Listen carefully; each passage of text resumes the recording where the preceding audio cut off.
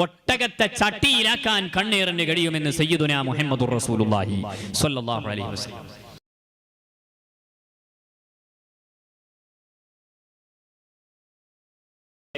എന്റെ പ്രിയമുള്ള സഹോദരന്മാരെ, സഹോദരിമാരെ, ഞാൻ ആരെങ്കിലും കുറിച്ച് ഇങ്ങനെയൊക്കെ പറഞ്ഞാൽ എന്റെ ആ വാക്ക് കാരണത്താൽ ചിലപ്പോൾ എന്തിനെ കുറിച്ചാണോ ഞാൻ പറഞ്ഞത് ആ വസ്തുവിലോ ആ വ്യക്തിയിലോ കണ്ണേറ് തട്ടാൻ സാധ്യതയുണ്ടെങ്കിൽ ഞാൻ എന്റെ നാവ് അടക്കി വെക്കേണ്ടതില്ലേ?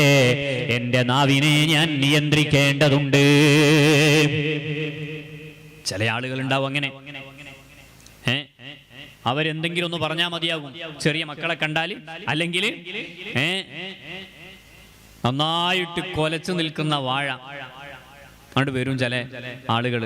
വീട്ടുമുറ്റത്തെ കണ്ട് കയറിയിട്ട് എന്തെങ്കിലും ഒന്ന് പറയും, നേരെ പിറ്റേന്ന് അതങ്ങനെ തന്നെ ആ കൊല കുത്തി അടുത്ത താഴെ കണ്ടു വീഴും. ഇത് അനുഭവമാണ്. നിങ്ങൾ പറഞ്ഞില്ലേ, ഒരു വ്യക്തിയെ ഖബറിലാക്കാൻ കണ്ണീറിന് കഴിയും, ഒട്ടകത്തെ ചട്ടിയിലാക്കാൻ കണ്ണീറിന് കഴിയുമെന്ന് സയ്യിദുനാ മുഹമ്മദുർ റസൂലുള്ളാഹി സ്വല്ലല്ലാഹു അലൈഹി വസല്ലം. ഞാൻ പറഞ്ഞ പറ്റൂന്ന് ഈ ആൾക്ക് അറിയാം ചിലപ്പോ, അല്ലേ? ചിലപ്പോ അങ്ങനെ മഷ്ഹൂറായ ആളായിരിക്കും. അത് അയാൾ കാണരുതേ, അയാൾ കണ്ടാൽ ഇതിന്റെ അവസാനം ആണ് എന്ന് ചില ആളുകൾ അങ്ങനെ ഉണ്ടാവും. അങ്ങനെ ഞാൻ പറഞ്ഞാൽ പറ്റൂന്ന് എനിക്ക് ഉറപ്പാണ്. എന്നാ പിന്നെ ഞാനല്ലേ അത് ശ്രദ്ധിക്കേണ്ടത്? നമ്മൾ നിയന്ത്രിക്കണം. നമ്മൾ പറയരുത്. പിന്നെ പറഞ്ഞാൽ അത് ഐന് ഹക്കാണ്. ഞാനത് പറഞ്ഞാൽ അത് അങ്ങനെ തന്നെ ഏൽക്കും. അക്കാരണത്താൽ തന്നെ ആ പറയപ്പെട്ട വ്യക്തിയിലോ വസ്തുവിലോ ദുരന്തം ചെന്നു ഭവിക്കും. എങ്കിൽ ഞാൻ മിണ്ടാതിരിക്കണം. മിണ്ടാതിരുന്നാലോ? മിണ്ടാതിരിക്കാത്ത എത്ര വരെ എന്നറിയോ നിങ്ങൾക്ക്? ഇത് ഫുഖഹായിന്റെ ചർച്ചയല്ല, മുഫസ്സിറുകളുടെ ഒരു ചർച്ച. ഇമാം ഖുർത്തുബി റഹിമഹുല്ലാഹ് എടുത്തുദ്ധരിച്ചിട്ടുണ്ട്. ഞാനൊന്ന് വായിക്കാം. ഇത് പ്രബലമാണോ അല്ലയോ എന്ന ചർച്ച അത് മറ്റൊരു വിഷയമാണ്.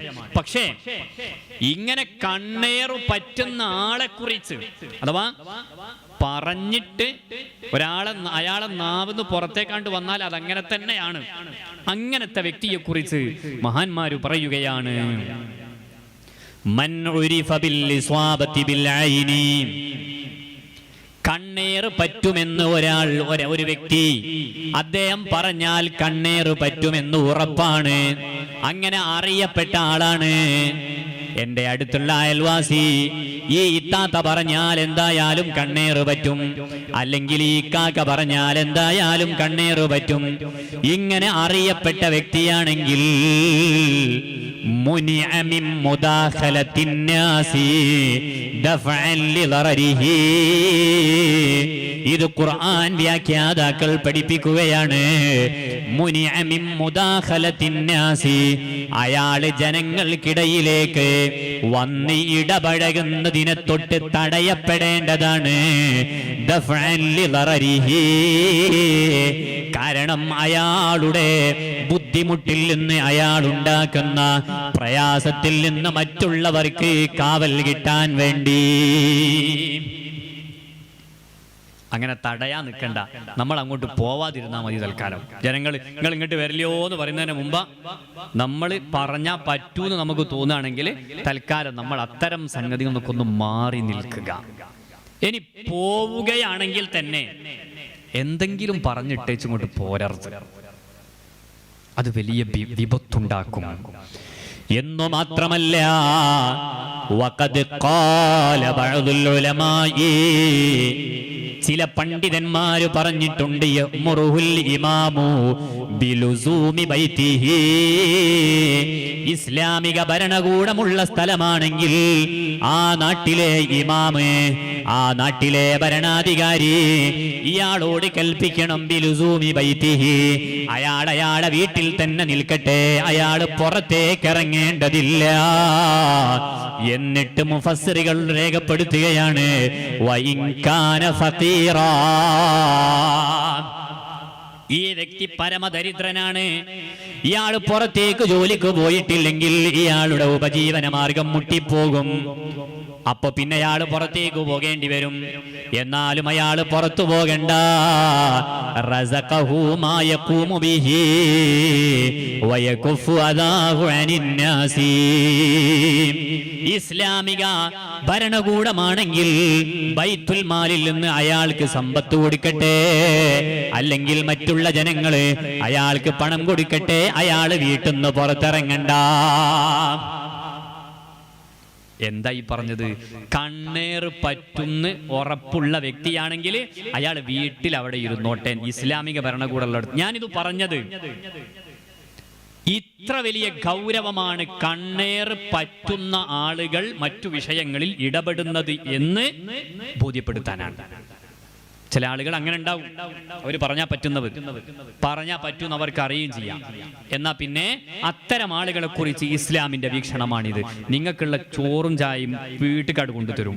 നിങ്ങൾ പുറത്തിറങ്ങിയിട്ട് അതും ഇതും പറഞ്ഞിട്ട് ഫസാദ് ഉണ്ടാക്കരുത്. ഇനി നിങ്ങൾക്ക് ഇറങ്ങണോ എന്ന നാവടക്കി വെക്കുക. കണ്ടതിലൊക്കെ മേലോട്ട് നോക്കി എന്തെങ്കിലും പറയാതെ, കാണുന്നവരെ കുറിച്ചൊക്കെ എന്തെങ്കിലും പറയാതെ, കണ്ട വസ്തുക്കളെ കുറിച്ചെല്ലാം ആരാന്റെ തോട്ടത്തിലേക്ക് നോക്കി, ആരാന്റെ വീടുമേൽക്ക് നോക്കിയിട്ട് ഒക്കെ എന്തെങ്കിലുമൊക്കെ പറയുന്നത് ഒഴിവാക്കിയിട്ട് നിങ്ങൾ മിണ്ടാതെ നിങ്ങൾ ആവശ്യം പൂർത്തിയാക്കി വീട്ടിൽ കയറി പോകാൻ. നിങ്ങൾ പോരേന്ന് ഇറങ്ങുന്നില്ലെങ്കിൽ അത്രയും നല്ലത്. ഇതാണ് ഇസ്ലാം ഈ പറയുന്നത്. നിങ്ങൾക്കുള്ള ചോറും ചായയും വീട്ടിൽ കണ്ട് കൊണ്ടുകൊടുക്കണമെന്ന് ഇമാമിന്റെ ബാധ്യതയാണ്. ഇത്ര ഗുരുതരമാണ് കണ്ണേർ. ഒരു മനുഷ്യനെ കൊന്നുകളയാൻ, ആ മനുഷ്യന്റെ ആത്മാവ് എടുത്തു കളയാൻ കണ്ണേറിന് കഴിയുമെങ്കിൽ പിന്നെ അയാൾ പുരേ കുത്തിരിക്കണ്ടേ? പിന്നെ അയാൾ പുറത്തേക്ക് ഇറങ്ങാൻ പാടില്ലല്ലോ. വഖദ് ഖീല, ഇങ്ങനെ ഒരു ഖീലയുണ്ട്, ഇങ്ങനെ ഒരു അഭിപ്രായമുണ്ട്. ഇന്നഹു യുംഫാ, ആ വ്യക്തിയെ നാട് കടത്തപ്പെടണം. അയാളെ ആ നാട്ടിൽ പറ്റില്ല, ജനങ്ങളില്ലാത്ത വേറെ ഏതെങ്കിലും നാട്ടിൽ പോയി അയാൾ ജീവിച്ചു കൊള്ളട്ടെ. കണ്ണേർ പറഞ്ഞാ പറ്റുന്ന ആൾക്കാരെ ഒരു നാട് കടത്തണോന്ന്. ഞാൻ ഇത് പറഞ്ഞത് അങ്ങനെ പറ്റുന്ന ആളുകളെ കുറിച്ചൊക്കെ എല്ലാവരും നാട് കടത്തണോ നല്ല ഈ പറഞ്ഞതിന്റെ സാരം, മറിച്ച് അത്തരം ആളുകളൊന്ന് ശ്രദ്ധിക്കാൻ വേണ്ടി പറഞ്ഞതാണ്. നിങ്ങൾ പുറത്തേക്ക് ഇറങ്ങുന്ന സമയത്ത് എന്തെങ്കിലും അത്ഭുതപ്പെടുത്തുന്ന സംഗതികൾ കാണുമ്പോൾ അപ്പോഴേക്കും അങ്ങോട്ട് പറയരുത്. നിങ്ങൾക്കത് പറഞ്ഞാണ്ട് പോയാൽ മതി. പിന്നെ അതിൻ്റെ ദുരന്തം അനുഭവിക്കുന്നത് നിങ്ങൾ അയൽവാസിയാണ്, നിങ്ങളുടെ സുഹൃത്താണ്, ആ പറയപ്പെട്ട വ്യക്തിയാണ്. അതുകൊണ്ട് കരുതുക. അത്തരം ആളുകളുടെ വിഷയത്തിൽ ഇത്രയും വലിയ, ഇത്രയും ശക്തമായ നിലപാടാണ് ഇസ്ലാം സ്വീകരിച്ചിട്ടുള്ളത്. ഇത് ഫുഖഹാഇന്റെ ചർച്ചയല്ല, മുഫസ്സിറുകൾ രേഖപ്പെടുത്തിയിട്ടുണ്ട് ഇങ്ങനെ ഒരു ചർച്ച.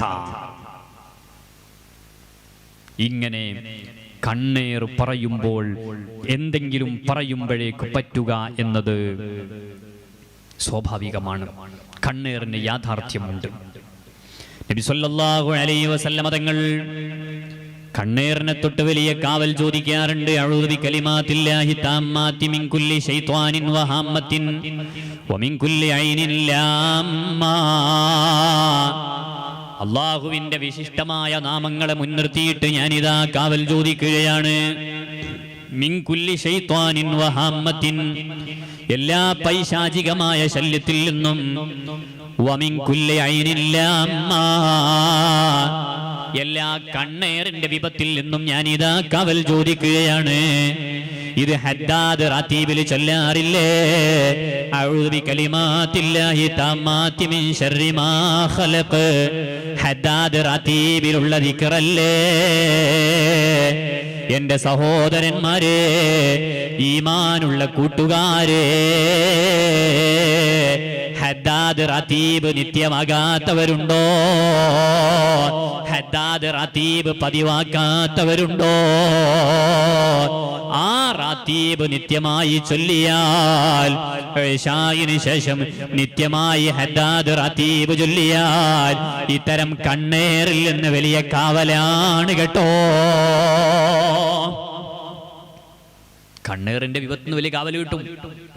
നമുക്ക് ഈ കണ്ണീർ പറ്റുന്നത് അതുകൊണ്ടൊക്കെ തന്നെയാണ്. നമ്മൾ ഹദ്ദാദ് ചൊല്ലൂല, വേറെ അദ്കാറുകൾ ഉണ്ടാകൂല, രാവിലെ ചൊല്ലേണ്ട ദിക്റുണ്ട് അതുണ്ടാവില്ല, വൈകുന്നേരം ചൊല്ലേണ്ട ദിക്റുണ്ട് അത് ചൊല്ലാറില്ല, ഹദ്ദാദ് റാത്തീബ് ഒട്ടുമില്ല. ഇങ്ങനെയൊക്കെയാണെങ്കിൽ എൻ്റെ പ്രിയമുള്ള സഹോദരങ്ങളെ, ഇത്തരം വിപത്തുകൾ നമ്മെ എപ്പോഴും വേട്ടയാടിക്കൊണ്ടിരിക്കും. അല്ലാഹുവേ ഞങ്ങളെ കാക്കണേ അല്ലാ, ഞങ്ങളെ കാക്കണേ അല്ലാ. അല്ലാഹുവേ ഐനിന്റെ ഷർറിൽ നിന്ന്, സിഹറിന്റെ ഷർറിൽ നിന്ന് ഞങ്ങളെയും ഞങ്ങളെ മാതാപിതാക്കൾ, ഞങ്ങളെ ഭാര്യ സന്താനങ്ങള്, ഞങ്ങളെ കുടുംബ ബന്ധു മിത്രാദികൾ, അയൽവാസികള് എല്ലാവരെയും നീ സലാമത്താക്കണേ അല്ലാ.